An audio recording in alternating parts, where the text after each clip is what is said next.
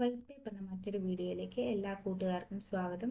ഇന്ന് നമ്മൾ എടുക്കാൻ പോകുന്ന ഡിഫറെൻറ്റ് ടൈപ്സ് ഓഫ് അക്കൗണ്ട്സ് ആണ്. അതിൽ നമ്മൾ കഴിഞ്ഞ ക്ലാസ്സിൽ ഫിക്സഡ് ഡെപ്പോസിറ്റിനെ കുറിച്ച് പറഞ്ഞിരുന്നു. അതിൻ്റെ കണ്ടിന്യൂഷൻ ആണ് ഇന്ന് വരുന്നത്. നമ്മൾ ആദ്യത്തെ ക്ലാസ്സിൽ കുറച്ചും കൂടി കൊമേഴ്ഷ്യൽ ബാങ്ക് എന്താണ്, അതിൻ്റെ ഫങ്ഷൻസ് എന്തൊക്കെയാണ്, അതിൽ വരുന്ന അക്സെപ്റ്റിംഗ് ഡെപ്പോസിറ്റിൽ വരുന്ന ഫിക്സഡ് ഡെപ്പോസിറ്റ് ആണ് ഇപ്പം നമ്മൾ എടുത്തുകൊണ്ടിരിക്കുന്നത്. അക്സെപ്റ്റിംഗ് ഡെപ്പോസിറ്റ് ആണ് എടുത്തുകൊണ്ടിരിക്കുന്നത്. അതിൽ ഫിക്സഡ് ഡെപ്പോസിറ്റ് കംപ്ലീറ്റ് ആയി. ഇനി അടുത്തത് എടുക്കാനുള്ളതാണ് കറണ്ട് ഡെപ്പോസിറ്റ്. അപ്പം ആദ്യത്തെ ക്ലാസ് കാണാത്തവർ എന്ത് ചെയ്യുക, ആ ക്ലാസ് കണ്ടിട്ട് ഈ ക്ലാസ് കാണുക കേട്ടോ.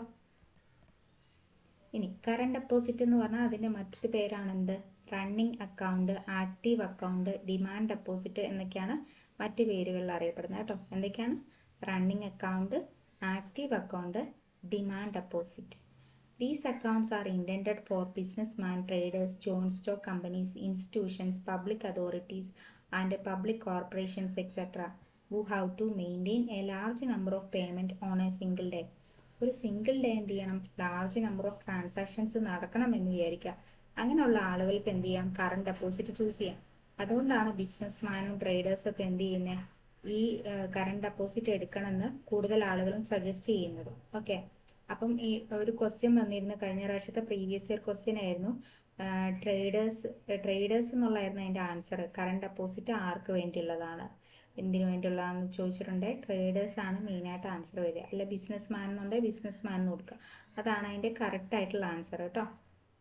Okay, the main objective of current account holder is to enable them to conduct their business transactions smoothly. Business transaction ഒക്കെ സ്മൂത്ത് ആയിട്ട് നടക്കാൻ വേണ്ടി എന്ത് ഹെൽപ്പ് ചെയ്യുന്നു, കറണ്ട് ഡെപ്പോസിറ്റ് ഹെൽപ്പ് ചെയ്യുന്നു. Check book facilities provided. Check book ഉണ്ട്, കൊടുക്കുന്നുണ്ട് കേട്ടോ. നല്ല നമുക്ക് പെട്ടെന്ന് വിഡ്രോ ചെയ്യാനൊക്കെ പറ്റുള്ളൂ. അതുകൊണ്ട് ചെക്ക് ബുക്ക് ഫെസിലിറ്റി ഉണ്ട്. ഫിക്സഡ് ഡെപ്പോസിറ്റിൽ എന്തില്ലായിരുന്നു, ചെക്ക് ബുക്ക് ഫെസിലിറ്റി ഇല്ലായിരുന്നു. A customer is allowed to draw cheque and withdraw money at any time on demand. Therefore, these accounts are called demand liabilities.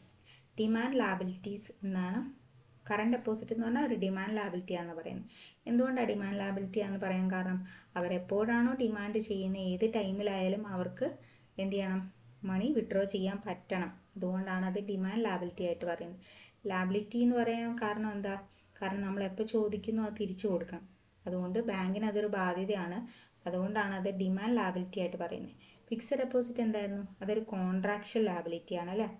ഇനി periodical statement of account is provided by the bank to its customer.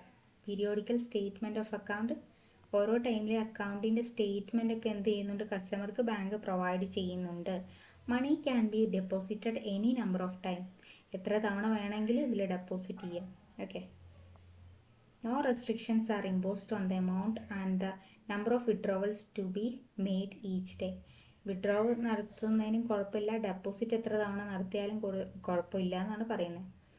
This account is a running account. അതുകൊണ്ട് തന്നെ ഇതിൻ്റെ ഒരു പേരെന്താണ്, running account, active account, demand account അല്ലേ, demand deposit.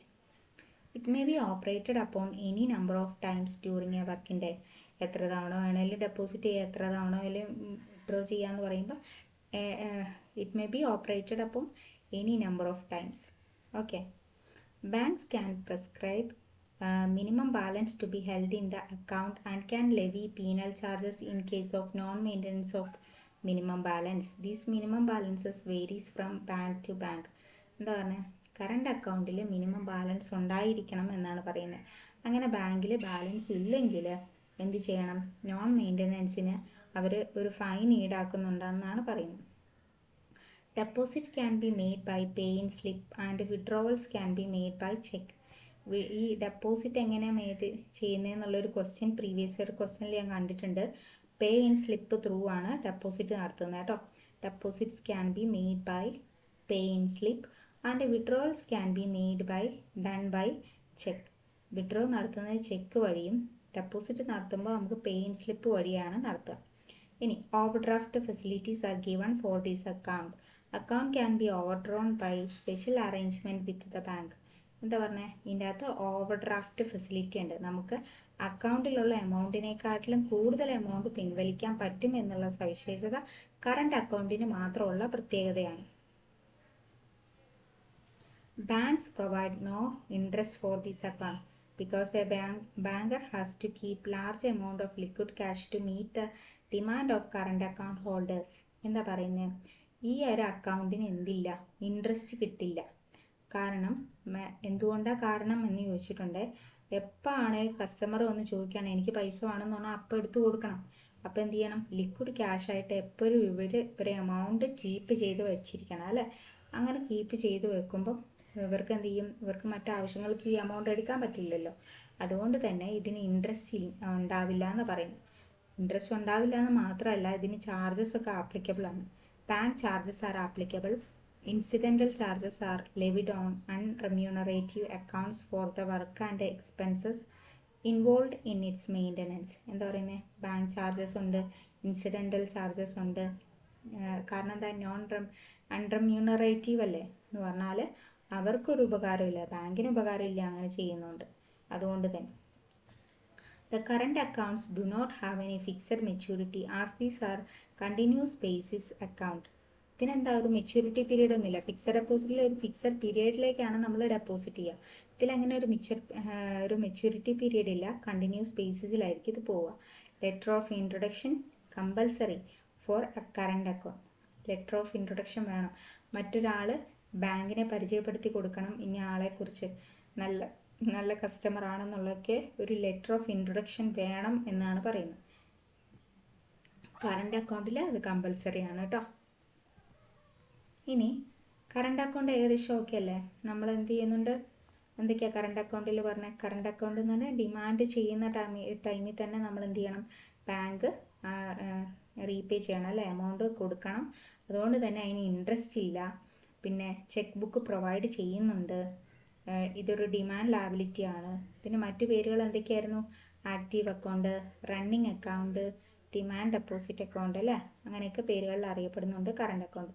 അതിന് over draft facility ഉണ്ട്. അതിന് മാത്രമുള്ള പ്രത്യേകതയാണ് ഓവർ ഡ്രാഫ്റ്റ് ഫെസിലിറ്റി. അടുത്ത് നമ്മൾ പറയുന്ന അക്കൗണ്ടാണ് savings bank deposit. Savings bank ഡെപ്പോസിറ്റിൻ്റെ മറ്റൊരു പേരാണ് temporary bank account. Savings bank deposit അല്ലെങ്കിൽ temporary bank deposit. This is also a demand liability. ഇതെന്താണെന്ന് പറയുന്നത്? ഒരു ഡിമാൻഡ് ലാബിലിറ്റി ആണ് അല്ലേ. ഡിമാൻഡ് ലാബിലിറ്റി എന്ന് പറഞ്ഞാൽ പറഞ്ഞു എപ്പോഴാണ് അവർ ചോദിക്കുന്നത്? കസ്റ്റമർ ആവശ്യപ്പെടുമ്പോൾ അവർക്ക് എന്ത് ചെയ്യണം? പണം തിരികെ നൽകുന്നതിനെയാണ് നമ്മൾ ഡിമാൻഡ് ലാബിലിറ്റി എന്ന് പറയാം. Main objective is to promote thrift and savings among lower and middle class people. Lower and middle group include salaried class, farmers and small traders etc. അപ്പം മെയിനായിട്ട് ഇത് ത്രിഫ്റ്റ് സേവിങ്സ് ഒക്കെ പ്രൊമോട്ട് ചെയ്യാൻ വേണ്ടിയിട്ട് കൊണ്ടുവന്നതാണ് savings bank deposit അല്ലെങ്കിൽ temporary bank account എന്ന് പറയുന്നത്. ഇനി minimum age required to open SB account in the bank 10 years. Previous year question ആണ്. മിനിമം ഏജ് ഒരു സേവിങ്സ് ബാങ്ക് അക്കൗണ്ട് ഓപ്പൺ ചെയ്യാനുള്ള മിനിമം ഏജ് എന്ന് പറഞ്ഞാൽ 10 വയസ്സാണ് കേട്ടോ. ഇൻട്രൊഡക്ഷൻ കമ്പൽസറി ആണ്. കറണ്ട് അക്കൗണ്ടിന് ഇൻട്രൊഡക്ഷൻ കമ്പൽസറി ആണെന്ന് തോന്നുന്നു. അതുപോലെ തന്നെ സേവിങ്സ് ബാങ്ക് അക്കൗണ്ടിന് എന്തുണ്ട്? ഇൻട്രൊഡക്ഷൻ കമ്പൽസറി ആണ്. Nomination facilities allowed. Cheque book and passbook facilities provided. എല്ലാം കൊടുക്കുന്നുണ്ട്. ചെക്ക് ബുക്ക് കൊടുക്കുന്നുണ്ട്, പാസ്ബുക്ക് കൊടുക്കുന്നുണ്ട്, നോമിനേഷൻ ഫെസിലിറ്റി ഉണ്ട്. ഇൻട്രൊഡക്ഷൻ കമ്പൽസറി ആണ്. No overdraft is permitted in savings account. Current അക്കൗണ്ടിന് മാത്രമേ ഓവർ ഡ്രാഫ്റ്റ് ഫെസിലിറ്റി ഉള്ളൂ എന്ന് പറഞ്ഞു. അതുകൊണ്ട് തന്നെ എന്തില്ല? സേവിങ്സ് ബാങ്ക് ഡെപ്പോസിറ്റിൽ ഓവർ ഡ്രാഫ്റ്റ് ഫെസിലിറ്റി ഇല്ല എന്നാണ് പറയുന്നത്. Minimum interest is allowed. The interest in the savings bank account is calculated on daily balance. Minimum interest കൊടുക്കുന്നുണ്ട്. ഈ ഇൻട്രസ്റ്റ് സേവിങ്സ് ബാങ്ക് അക്കൗണ്ടിൻ്റെ കാൽക്കുലേറ്റ് ചെയ്യുന്ന ഡെയിലി ബാലൻസ് ബേസിസിലായിരിക്കും കേട്ടോ. ഇതും ക്വസ്റ്റ്യൻ വരാം. കാൽക്കുലേറ്റ് ചെയ്യുന്ന ഡെയിലി ബാലൻസ് മെത്തേഡിലാണ്. ഡെയിലി പ്രൊഡക്റ്റ് ബാലൻസ് മെത്തേഡ് എന്നല്ലെങ്കിൽ ക്വസ്റ്റ്യൻ വരും. ഫ്രം April 1, 2010 തൊട്ടാണ് ഇങ്ങനെ ചെയ്യാൻ തുടങ്ങി. ഡെയിലി ബാലൻസ് മെത്തേഡിൽ കാൽക്കുലേറ്റ് ചെയ്യാൻ തുടങ്ങിയത് April 1, 2010 and is credited on quarterly basis. പക്ഷെ എന്താ ചെയ്യുന്നത്? ഇൻട്രസ്റ്റ് ക്രെഡിറ്റ് ചെയ്യുന്ന ക്വാർട്ടർലി ബേസിസിലാണ്. നമ്മൾ പഠിച്ചു ഫിക്സഡ് ഡെപ്പോസിറ്റ് അക്കൗണ്ടിൽ പഠിച്ചു. ഫിക്സഡ് ഡെപ്പോസിറ്റിൽ ഇൻട്രസ്റ്റ് കാൽക്കുലേറ്റ് ചെയ്യുന്നത് ക്വാർട്ടർലി ബേസിസിലാണ്. പക്ഷേ കറണ്ട് അക്കൗണ്ടിൽ ഇൻട്രസ്റ്റ് ഇല്ല. അതുകൊണ്ട് തന്നെ കാൽക്കുലേറ്റ് ചെയ്യേണ്ട ആവശ്യമില്ല. ഇനി സേവിങ്സ് അക്കൗണ്ട് ആണെങ്കിലോ ഇൻട്രസ്റ്റ് ഉണ്ട്. അത് ഡെയിലി ബാലൻസ് മെത്തേഡിലാണ് കാൽക്കുലേറ്റ് ചെയ്യുന്നത്. പക്ഷേ എന്ത് ചെയ്യുന്നത്? അക്കൗണ്ടിലേക്ക് ക്രെഡിറ്റ് ചെയ്യുന്നത് ക്വാർട്ടർലി ആയിരിക്കും. ക്വാർട്ടർലി എന്നുള്ള ഫിക്സഡ് ഡെപ്പോസിറ്റുമായിട്ട് ഏകദേശം സെയിം ആണ്. ഓക്കെ, ഏപ്രിൽ 1, 2010 തൊട്ടാണ് ഇങ്ങനെ ചെയ്യാൻ തുടങ്ങിയത് കേട്ടോ, ഡെയിലി ബാലൻസ് മെത്തേഡാക്കി മാറ്റിയത്. Customer can deposit any amount of money at any number of time. Most of the banks have rules for the maximum number and amount of withdrawals. എന്താ പറയുന്നത്, deposit എത്ര തവണ വേണമെങ്കിലും ചെയ്യാം, ഒരു ദിവസം എത്ര തവണ വേണമെങ്കിലും ഡെപ്പോസിറ്റ് ചെയ്യാം. പക്ഷെ എന്താണ്, ഈ എമൗണ്ടിനും അതുപോലെ തന്നെ നമ്പർ, എത്ര തവണ വിഡ്രോ ചെയ്യുന്നു, അതുപോലെ എത്ര എമൗണ്ട് വിഡ്രോ ചെയ്യുന്നു എന്നുള്ളതിനൊക്കെ ഒരു കണക്കുണ്ട് സേവിങ്സ് അക്കൗണ്ടിൽ കേട്ടോ. ഡെപ്പോസിറ്റ് എത്ര വേണമെങ്കിലും നടത്താം, പക്ഷെ വിഡ്രോ ചെയ്യുന്നതിനും എത്ര എമൗണ്ട് ഡെപ്പോസിറ്റ് ചെയ്യുന്നതിന് ഒരു കണക്കുണ്ടെന്നാണ് പറയുന്നത്. അതിനൊരു റെസ്ട്രിക്ഷൻ ഉണ്ട്. The interest on savings bank account is regulated by RBI. RBI തന്നെയാണ് എന്ത് ചെയ്യുന്നത്, ഇൻട്രസ്റ്റ് റെഗുലേറ്റ് ചെയ്യുന്നത് സേവിങ്സ് അക്കൗണ്ടിൻ്റെ. But with effect from 25 October 2011. പിന്നെ നമ്മൾ പഠിച്ചു ഏപ്രിൽ 10 അല്ലേ, ഏപ്രിൽ 1, 2010 അല്ലേ, ഏപ്രിൽ 1, 2010 എന്ത് ചെയ്ത് ഡെയിലി ബാലൻസ് മെത്തേഡിലാക്കിയത്.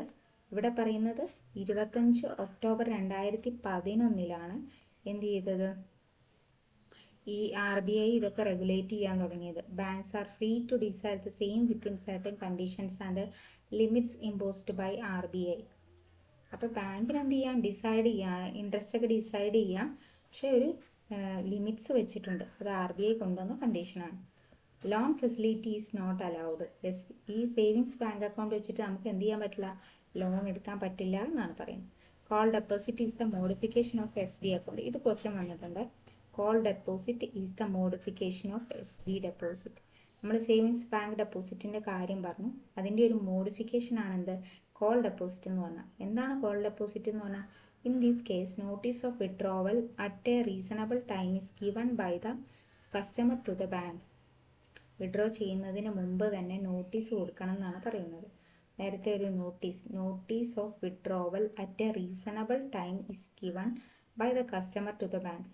കസ്റ്റമർ പറയണം എനിക്ക് വിഡ്രോ ചെയ്യാൻ ആവശ്യമുണ്ടെന്ന് പറഞ്ഞ ഒരു നോട്ടീസ് ബാങ്കിന് കസ്റ്റമർ കൊടുക്കുന്നതിനെയാണ് കോൾ ഡെപ്പോസിറ്റ് എന്ന് പറയുക. ഇതെന്താണ്, സേവിങ്സ് ബാങ്ക് അക്കൗണ്ടിൻ്റെ ഒരു മോഡിഫിക്കേഷൻ ആയിട്ടാണ് പറയുന്നത്. Letter of introduction is compulsory for savings account. നമ്മൾ ഓൾറെഡി പറഞ്ഞു കഴിഞ്ഞു, ലെറ്റർ ഓഫ് ഇൻട്രൊഡക്ഷൻ വേണം. ഇനി അടുത്തത് ഇൻആക്റ്റീവ് ഓർ ഇൻഓപ്പറേറ്റീവ് അക്കൗണ്ട്. എന്താണ് ഇൻആക്റ്റീവ് അക്കൗണ്ട് എന്നൊക്കെ നോക്കാം കേട്ടോ. If savings account or current account holders have not made any transaction in the account for a period of 1 year, then the account is considered to be inactive account. എന്താ പറയുന്നത്, ഒരു വർഷത്തേക്ക് ഇപ്പോൾ അക്കൗണ്ടിൽ ഒരു ട്രാൻസാക്ഷൻ നടത്തുന്നില്ല എന്ന് വിചാരിക്കാം, നോട്ട് മെയ്ഡ് എനി ട്രാൻസാക്ഷൻ, അങ്ങനെയാണ് അതിന് പറയുന്ന പേരാണ് inactive account. Okay, savings account ആണെങ്കിലും കറണ്ട് അക്കൗണ്ടിൻ്റെ കാര്യമാണെങ്കിലും ആണ് കേട്ടോ പറയുന്നത്. ഇനി savings account or current account holders are not made any transactions in the account for a period of 2 years, then the account is considered dormant account or inoperative account. എന്താ പറയുന്നത്, 2 വർഷത്തേക്ക് യൂസ് ചെയ്യുന്നില്ലെങ്കിൽ അതിന് ഇൻഓപ്പറേറ്റീവ് അക്കൗണ്ട് എന്ന് പറയും, അല്ലെങ്കിൽ മറ്റൊരു പേരുണ്ട് ഡോർമെൻ്റ് അക്കൗണ്ട് കേട്ടോ. ഇനി account with no transaction for the last 10 years is called unclaimed deposit account. ഇനി 10 വർഷത്തേക്ക് ഒരു ട്രാൻസാക്ഷനും നടക്കുന്നില്ലെങ്കിൽ അതിന് പറയുന്നതാണ് unclaimed deposit account. Unclaimed deposit account. If a bank account remains inoperative for a period of 10 years, 10 വർഷത്തേക്ക് ഒന്നും ചെയ്യുന്നില്ല, the money can be transferred to, 10 വർഷം കഴിഞ്ഞിട്ട് ഒന്നും ചെയ്യുന്നില്ലെങ്കിൽ, 10 വർഷമാണെങ്കിൽ അൺക്ലെയിംഡ് ഡെപ്പോസിറ്റ്, 10 വർഷം കഴിഞ്ഞിട്ട് ഒരു ട്രാൻസാക്ഷൻ നടത്തുന്നില്ലെങ്കിൽ അതിന് നമ്മൾ എന്ത് ചെയ്യും, ഡെഫ് എന്ന് പറഞ്ഞാൽ ഒരു അക്കൗണ്ടിലേക്ക് ട്രാൻസ്ഫർ ചെയ്യും. എന്താണ് ഡെഫ് എന്ന് പറഞ്ഞാൽ, depositor education and awareness fund. ഇത് ഫുൾ ഫോം ചോദിക്കാം കേട്ടോ. അപ്പം ഇത് പഠിച്ചു നോക്കുക, എന്താണ് ഡെഫ് എന്നുള്ളത് പഠിച്ചു നോക്കുക. Depositor education and awareness fund 2014.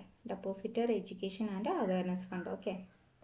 The rate of interest payable by banks to the depositor on the unclaimed. ഈ അൺക്ലെയിം ആയി കിടക്കുന്ന 10 വർഷമായിട്ട് ഉപയോഗിക്കാത്ത അക്കൗണ്ടിന് എന്തുണ്ട്, ഇൻട്രസ്റ്റ് ഉണ്ട്. ഇൻട്രസ്റ്റ് ബാങ്ക് കൊടുക്കുന്നുണ്ടെന്നാണ് പറയുന്നത്. Interest bearing deposit amount transfer to DEAF account with effect from May 11, 2021 till the time of payment to the depositor or claimant is 3%. 3% വെച്ചാണ് ഇൻട്രസ്റ്റ് കൊടുക്കുന്നതെന്നാണ് പറയുന്നത്. അത് എന്നു മുതലാണ് എഫക്റ്റ് ആയത്? 2021 മെയ് 11 മുതൽ. മെയ് 11, 2021 മുതൽ 3% ആണ് ഇതിന് വരുന്ന ഇൻട്രസ്റ്റ് ആയിട്ട് പറയുന്നത്. ഡെഫ് അക്കൗണ്ടിലേക്ക് മാറ്റിയതിൻ്റെ കേട്ടോ. ഇനി അടുത്തത് recurring or cumulative deposit. Recurring ഡെപ്പോസിറ്റിൻ്റെ മറ്റൊരു പേരാണ് ക്യുമുലേറ്റീവ് ഡെപ്പോസിറ്റ്. അപ്പം ഈ commonly known as RD. Recurring ഡെപ്പോസിറ്റിൻ്റെ short form RD. It aims at promoting the habit of thrift and savings on a regular basis. ത്രിഫ്റ്റും സേവിങ്സ് കൊണ്ടുവരിക എന്നുള്ളതാണ് റെക്കറിംഗ് ഡെപ്പോസിറ്റിൻ്റെ ഉദ്ദേശം, എയിം എന്ന് പറയുന്നത്. These accounts are comparatively higher rate of interest. നല്ല interest ആയിരിക്കും, മറ്റ് അക്കൗണ്ടുകളെ വെച്ച് നോക്കുമ്പോൾ ഹയർ റേറ്റ് ഓഫ് ഇൻട്രസ്റ്റ് കിട്ടും. The depositor get the predetermined. നേരത്തെ ഒരു കാലയളവിലേക്കായിരിക്കും ഇത് വെച്ചിട്ടുണ്ടാവുക. അപ്പോൾ പ്രീ ഡിറ്റർമൈൻഡ് ആയിട്ടുള്ള ഒരു എമൗണ്ട് ആയിരിക്കും, നേരത്തെ തീരുമാനിച്ച് വെച്ച എമൗണ്ട് ആയിരിക്കും ഇവർക്ക് കിട്ടുക. Recurrent deposit account is generally meant for people who have a regular monthly income but do not have lump sum amount of savings to make investment in fixed deposit scheme. എന്താ പറയുന്നത്? ഒരു regular monthly income ഉള്ള ഒരു വ്യക്തിക്ക് എന്ത് ചെയ്യാം? Recurring deposit open ചെയ്യാം. അങ്ങനെയാണെങ്കിൽ അവർക്ക് മാസാമാസം ഒരു ഇൻവെസ്റ്റ്മെൻറ്റ് അതിന് വേണ്ടിയിട്ട് മാറ്റി വെക്കുന്നതിനെയാണ് റെക്കറിംഗ് ഡെപ്പോസിറ്റ് എന്ന് പറയുക. Recurrent deposit is a term deposit in which investor has to deposit money in short intervals for a long time. ഒരു ലോങ് പീരീഡിലേക്ക് നമുക്ക് ടൈമൊക്കെ തീരുമാനിക്കാം. അപ്പോൾ ഒരു വർഷം മതിയെങ്കിൽ ഒരു വർഷം, ആ ഒരു കാലയളവിലേക്ക് മന്ത്ലി കുറച്ച് എമൗണ്ട് ഡെപ്പോസിറ്റ് ചെയ്യാം. ഒരു ഫിക്സഡ് എമൗണ്ട് മന്ത്ലി ഡെപ്പോസിറ്റ് ചെയ്യുന്നതിനെയാണ് എന്ത് പറയുന്നത്? റെക്കറിംഗ് ഡെപ്പോസിറ്റ് എന്ന് പറയും. അതൊരു ടേം ഡെപ്പോസിറ്റ് ആണല്ലേ, ഇത്ര ടൈമിലേക്കല്ലേ ഡെപ്പോസിറ്റ് ചെയ്യുന്നത്. Recurring deposit account have the characteristics of both the savings bank and fixed deposit account. Question വരാട്ടോ. റെക്കറിംഗ് ഡെപ്പോസിറ്റ് എന്ന് പറഞ്ഞാൽ എന്തിൻ്റെയൊക്കെ ക്യാരക്ടറിസ്റ്റിക്സ് ചേർന്നതാണെന്ന് ചോദിക്കാം. സേവിങ്സ് ബാങ്ക് അക്കൗണ്ടിൻ്റെ, ഫിക്സഡ് ഡെപ്പോസിറ്റിൻ്റെ. അപ്പം a depositor deposit a small fixed sum in his account every month for a particular period. ഒരു സ്മോൾ ഫിക്സഡ് സം എല്ലാ പ്രാവശ്യവും ഒരു ചെറിയ ഇൻകം എന്ത് ചെയ്യും? എല്ലാ മാസവും എന്ത് ചെയ്യും? ഒരു ഫിക്സഡ് പീരിയഡിലേക്ക്, ഒരു പർട്ടിക്കുലർ പീരിയഡിലേക്ക് എന്ത് ചെയ്യും? ഡെപ്പോസിറ്റ് ചെയ്യുക അല്ലേ. Depositor are allowed to make regular deposit on a monthly basis. Monthly ഇവരെ ഒരു റെഗുലർ ഡെപ്പോസിറ്റ് നടത്തിയിരിക്കും. In case the instalment is delayed, എപ്പോഴെങ്കിലും ഡിലേ ആയിട്ടുണ്ടെങ്കിൽ interest payable in the account will be reduced and some nominal penalty may be charge. ചിലപ്പോൾ fine ഈടാക്കാം, അതുപോലെ തന്നെ ഇൻട്രസ്റ്റ് കിട്ടുന്നത് കുറയാനുള്ള ചാൻസും ഉണ്ട്. Nomination facility is available. Passbook is issued, passbook കൊടുക്കുന്നുണ്ട്. No withdrawals are allowed before the expiry of the agreed period. ആ ഒരു ടൈമിൻ്റെ ഉള്ളിൽ മുന്നേ നമുക്ക് എന്ത് ചെയ്യാൻ പറ്റില്ല? വിഡ്രോ ചെയ്യാൻ പറ്റില്ല എന്നാണ് പറയുന്നത്. Hence the rate of interest allowed on these deposit is relatively high. അപ്പം അതുകൊണ്ട് തന്നെ ഇതിന് ഹൈ റേറ്റ് ഓഫ് ഇൻട്രസ്റ്റ് ആയിരിക്കും കിട്ടുക. ഇനിയിപ്പോൾ premature withdrawal possible only with the payment of penalty. നമ്മൾ കുറച്ച് കാലത്തേക്കായിരിക്കും, ഒരു ഫിക്സഡ് പീരീഡിലേക്കായിരിക്കും എന്ത് ചെയ്തിട്ടുണ്ടാവുക? ഡെപ്പോസിറ്റ് ചെയ്തിട്ടുണ്ടാവുക. അങ്ങനെ ആകുമ്പോൾ നമുക്കിപ്പോൾ അതിന് മുന്നേ വിഡ്രോ ചെയ്യണമെങ്കിൽ വിഡ്രോ ചെയ്യാം, പക്ഷേ ഒരു പെനാൽറ്റി ഈടാക്കും എന്നാണ് പറയുന്നത് പ്രീമിച്വർ വിഡ്രോവലിന് കേട്ടോ. The amount of interest is adjusted quarterly. ഇവിടെ എന്താ ചെയ്യുന്നത്? എമൗണ്ട് അഡ്ജസ്റ്റ് ചെയ്യുന്നത് ക്വാർട്ടർലി ആയിരിക്കും. Or as specified by the bank. The amount of interest depends on the maturity period and also the amount invested. എമൗണ്ടിനനുസരിച്ചും മെച്യൂരിറ്റി പീരീഡ് ഒക്കെ നോക്കിയിട്ടായിരിക്കും interest calculate ചെയ്യുക. Interest charge on compound interest basis. അത് ഓർത്ത് വെക്കുക. Recurring ഡെപ്പോസിറ്റിന് compound interest ബേസിസിലായിരിക്കും എന്ത് ചെയ്യുക? ഇൻട്രസ്റ്റ് ചാർജ് ചെയ്യുക. Compound interest basis. The tenor of recurring deposit is between 6 months to 10 years. 6 മാസം തൊട്ട് 10 വർഷം വരെയാണ് ഇതിൻ്റെ ടെനർ എന്ന് പറയുന്നത്. പീരീഡ് 6 മാസമാണ്. മിനിമം 6 മാസമെങ്കിലും ഡെപ്പോസിറ്റ് ചെയ്യണമെന്നാണ് പറയുന്നത്. ഓക്കെ, അപ്പോൾ ഇത്രേ ഉള്ളൂ. ബാക്കി നമുക്ക് അടുത്ത ക്ലാസ്സിൽ കുറച്ച് ഡെപ്പോസിറ്റുകളുടെ അക്കൗണ്ടുകളും കൂടെ ഉണ്ട്. അപ്പോൾ അത് നമുക്ക് അടുത്ത ക്ലാസ്സിൽ പഠിക്കാം. ഇത്രയും നല്ല തറവായിട്ട് പഠിച്ചിരിക്കുക കേട്ടോ. Okay, thank you.